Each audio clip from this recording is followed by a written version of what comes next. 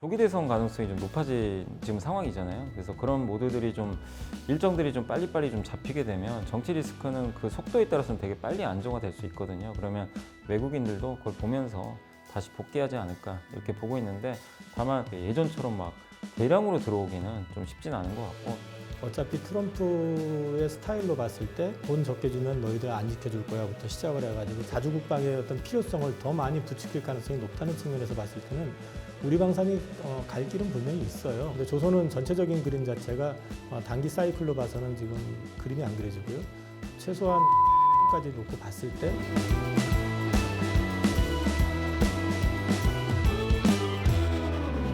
오늘 특집 방송으로 2024년 한 해를 뒤돌아보고 또한 2025년 투자 전략을 세워보는 시간을 갖도록 하겠습니다. 오늘 도움 주실 분 두 분을 모셨는데요. LS증권 염승환 이사님, IM증권 서울금융센터 이영훈 이사님 두 분 모셨습니다. 네, 안녕하세요.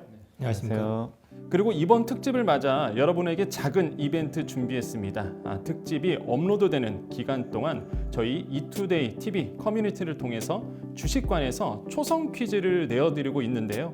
참여하셔서 정답 맞추시는 총 60분에게 스타벅스 커피 쿠폰을 보내드리니까 방송도 보시고 따뜻한 커피도 챙기시는 기회 잡으시길 바라겠습니다. 탄핵안 가결되면서 이제 증시가 다시 한번 불확실성이 좀 하나가 많은 불확실성 중에서 하나가 이제 해소가 됐다 이렇게 보면서 증시가 좀 오를 기대감이 일단 있는 것 같은데, 사실 그 또 일각에서는 과거와 다르다 또 이런 얘기를 많이 해요. 그래서 염승환 이사님께 좀 여쭤보겠습니다. 외국인들 이 불확실성 이겨내고 돌아올까요? 영원한 건 없으니까 그래서 돌아는 오겠지만 그 시기가 우리 생각보다 너무 늦어지고 있는 것 같고요. 또 계엄 사태가 발생하면서 더 늦어지는 것 같아요. 보통 원래 외국인들이 전통적으로 11월, 12월에는 아무리 안 좋아도 주식을 사거든요. 한국 주식도. 이제 배당 때문에 좀 많이 사는 편인데 올해는 전혀 안 사고 있어요. 11월도 안 샀지만 계엄 선포 바로 전이죠.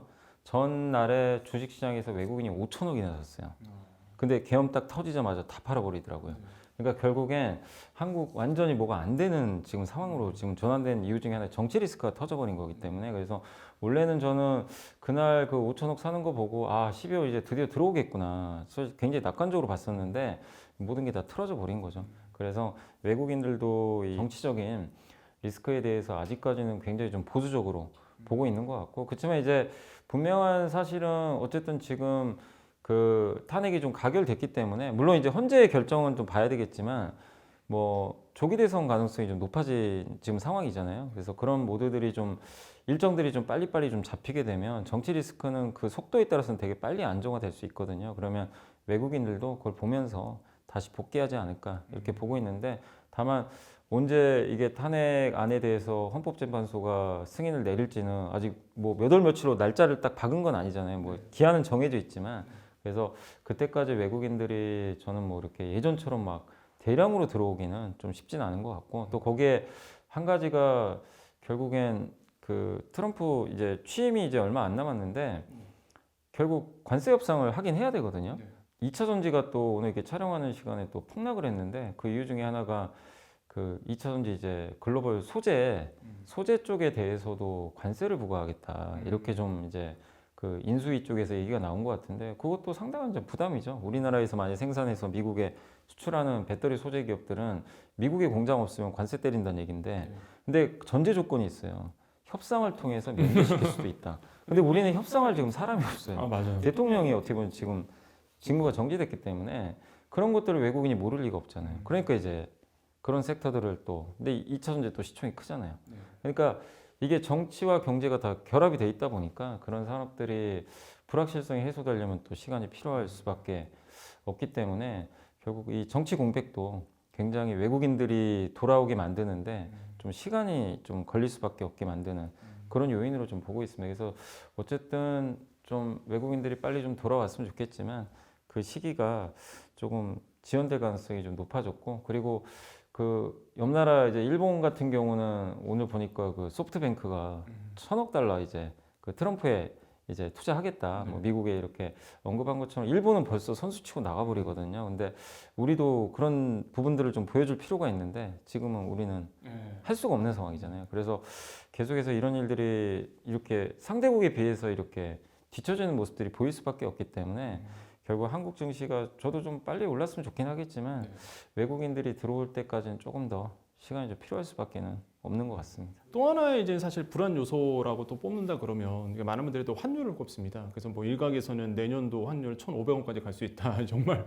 이런 뭐 목소리도 나올 정도로 환율에 대한 얘기가 계속 나오고 있는데 그 환율 어떻게 좀 전망하고 계시고 그다음에 이게 또 우리 증시에 어떤 영향을 또 미칠 수 있는지 좀 분석 부탁드리겠습니다. 방금 이사님 말씀하신 그 내용 그게 그대로 지금 한 시장에 반영이 되고 있는 거거든요. 계엄 이슈 터지고 나서 1,390원대 초중반에 있던 게 지금 현재 시간으로 1,438.9원 안 떨어지고 있거든요. 안 떨어진다는 얘기는 정치적인 불확실성이 지금 안 꺼졌다는 얘기인 거고요. 그 다음에 이전 그 박근혜 전 대통령 탄핵 시절하고 되돌아보면 불확실성이 지금 더 커 보인다는 거죠. 그러니까 저는 그때는 좀 어떻게 보면은 미리 좀 예고가 어느 정도 됐었던 부분이 있었고 그 다음에 이제 진행됐던 것도 사실은 어느 정도 예정된 수순으로 갔었다고 하면 지금은 좀 상당히 거기서 충돌도 좀 있는 것 같고요. 그런 노이즈들이 또 그 해외 투자자들 입장에서 봤을 때는 많이 불편한 거고 그러다 보면은 이제 우리나라에 투자를 예정했었던 기업들이나 막상 이제 한국에 대해서 검토했었던 기업들이 투자를 철회하거나 떠나는 경우들도 생길 수가 있죠. 왜냐하면 계엄 선포라는 것 자체는 21세기에서 놓고 봤을 때 그 계엄 선포가 됐던 국가들을 보면 별로 투자할 환경이 되는 국가들은 아니잖아요. 그러니까 이제 그런 리스크에 대한 부분이 고스란히 지금 환에 반영이 되고 있다. 이제 이런 맥락에서 좀 보셔야 될 거고 말씀하신 것 똑같은 얘기지만 그리고 또 실제 우리나라가 2차 전지나 반도체 같은 경우는 칩스법이라든지 IRA 보조금 관련된 거라든지 협상해야 될 게 되게 많거든요. 근데 지금은 이 협상 주체가 애매한 상황이고 아무도 안 나서는 상황이다 보니까 일방적으로 끌려갈 가능성이 많게 될 개연성도 있죠. 또 사실 미국 정부를 상대로 일개 기업이 가가지고 협상을 한다는 건 불가능한 얘기이기 때문에 그러면은 이런 부분들에 대해서 불이익이 일정 부분 가해질 가능성도 배제할 수 없다라는 거. 그래서 이제 이런 것들까지 다 우리나라 주력 산업들이잖아요, 지금. 그러니까 주력 산업들이 그렇지 않아도 쉽지 않은 구조에서 이런 부분에서 또 다른 불이익이 예상이 되고 하니까 한국 증시에 대해서 투자 여력이 그만큼 줄게 되고 그러면 그게 고스란히 투자했던 돈이 빠져나가게 되는 그런 게 자연스럽게 지금 환불안으로 이어지고 있는 거 아니냐. 1,500원 가느냐 안 가느냐가 중요한 게 아니라 문제는 이전이라고 하기도 좀 창피한데 우리가 1,400원 이상에서 이렇게 환이 유지가 됐을 게 별로 없거든요. 근데 당분간 한동안은 1,400원 밑으로 떨어질 것 같지가 않아요. 이게 오히려 더 큰 문제라는 거죠. 그래서 지금 요 국면에서는 사실 외국인들이 적극적으로 들어온다라는 걸 기대하는 거는 그렇게 쉽지는 않을 것 같다.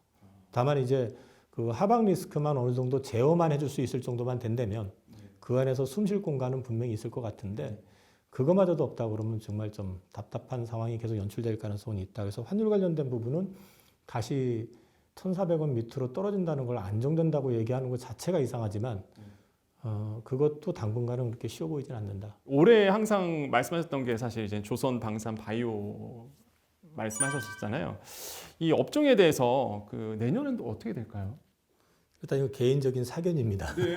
이게 또 괜히 또 팔았다고 해가지고 만 바뀌어가지고 말하는 거 아니니까. 그러니까 저는 올해 섹터 쏠림이 좀 심했다라는 말씀을 드렸던 게 제가 바이오 같은 경우는 9월 말부터 그 다음에 방산 같은 경우는 10월 한 초중순부터 과열 시그널 들어온 것 같다. 좀 줄이시거나 정리하시는 게 좋겠다는 취지로 계속 말씀을 드려왔는데 그 이유가 사실 글로벌 방산이나 글로벌 바이오는 이미 그 전에 다 꺾였습니다.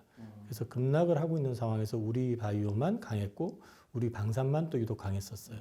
근데 이제 아무리 뭐 이렇게 거기에 이유를 갖다 붙인다고 해도 저는 우리 바이오 주가를 지금 리딩하고 있는 회사들은 다 바이오텍들이잖아요. 말 그대로 아직 매출이 구체화되는 것들은 아니고 물론 계약이 있긴 하지만 그런 계약 상대방 업체들의 주가 흐름도 봐야 되잖아요.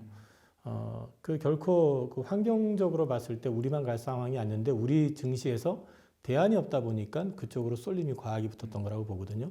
그래서 지금은 그 후유증을 겪고 있고 그래서 단기 급락도 나왔던 것 같고 먼저 방산부터 말씀을 좀 드리면 방산은 지금 뭐 트럼프 이슈가 또 거기도 붙어 있죠. 뭐 이제 종전 협상 얘기도 나왔고 또 뭐 무인화 얘기도 나오고 근데 이제 이런 부분들이 나와가지고 흔들린다고 해가지고 방산이 수요가 없어지는 건 아니거든요. 어차피 트럼프의 스타일로 봤을 때 돈 적게 주면 너희들 안 지켜줄 거야부터 시작을 해가지고 또 자기들의 어떤 자주국방의 어떤 필요성을 더 많이 부추길 가능성이 높다는 측면에서 봤을 때는 우리 방산이 갈 길은 분명히 있어요. 근데 저는 좀 기간적으로 봤을 때는 지금 바닥권 근처에 온 것 같기는 한데 아직은 조금 더 기간 조정을 받아야 되지 않을까라고 개인적으로 생각을 하고 있고요. 그리고 우리 증시의 바이오도 물론 고점 대비로 많이 빠진 건 맞는데 아직 저는 기간 조정이 조금 더 필요할 수 있다. 개인적으로는 그렇게 보고 있습니다. 그리고 조선이 요즘 좋은데 살짝 고민되면서 그렇게 안 되기를 바라는 거는 여기도 또 쏠림 현상에 의해 가지고 또 괜히 오버슈팅 나오지 않았으면 좋겠어요. 솔직히 말씀드리면. 근데 조선은 전체적인 그림 자체가 단기 사이클로 봐서는 지금 그림이 안 그려지고요. 최소한 2027년, 28년까지 놓고 봤을 때 수주하고 실적이 계속 업사이클을 가져갈 가능성이 높은 섹터라는 측면에서 봤을 때 저는 조선은 일정 기간 좀 눌림목 나올 때마다 조금씩 담아가는 전략 괜찮을 거라고 저는 생각합니다. 자, 2025년 더 좋은 뉴스로 찾아뵙겠습니다. 감사합니다.